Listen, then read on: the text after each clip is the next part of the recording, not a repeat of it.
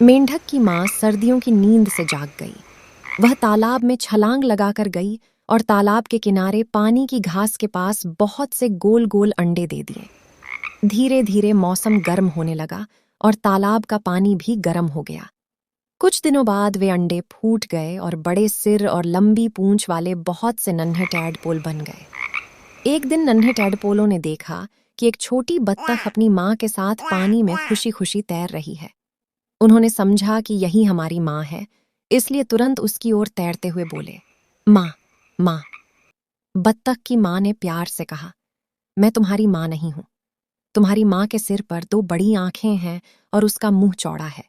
तुम जरा आगे जाकर देखो। नन्हे टैडपोल खुश होकर आगे तैरने लगे। थोड़ी देर बाद उन्होंने एक बड़ी सुनहरी मछली देखी, जिसके सिर पर दो बड़ी आंखें थीं और मुंह भी चौड़ा था। वे तुरंत उसके पीछे तैरे और बोले, माँ, माँ। सुनहरी मछली मुस्कुराकर बोली, मैं तुम्हारी माँ नहीं हूं। तुम्हारी माँ की चार टांगें हैं, तुम आगे जाकर खोजो। कुछ और आगे जाकर नन्हे टैडपोलों ने एक बड़े कछुए को देखा, जिसकी चार टांगें थीं।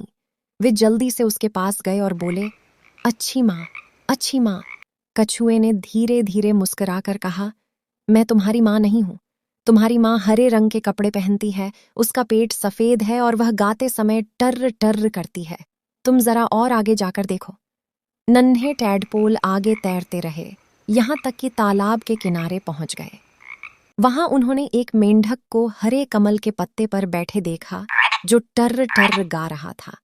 नन्हे टैडपोल तुरंत उसके पास गए और धीरे से पूछा, क्या आपने हमारी माँ को देखा है?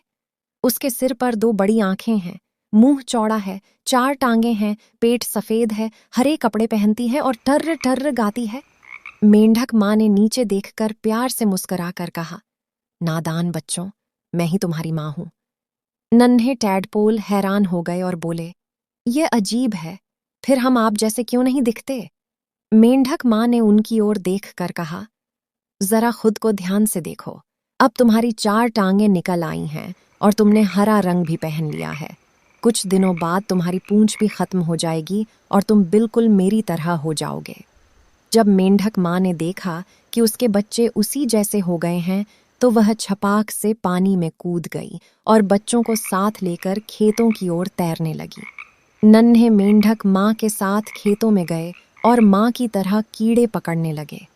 इस तरह वे किसानों के अच्छे मददगार बन गए। अगर कहानी पसंद आई हो तो लाइक और सब्सक्राइब जरूर करना और कहानियों के लिए हमारे चैनल को सब्सक्राइब करें।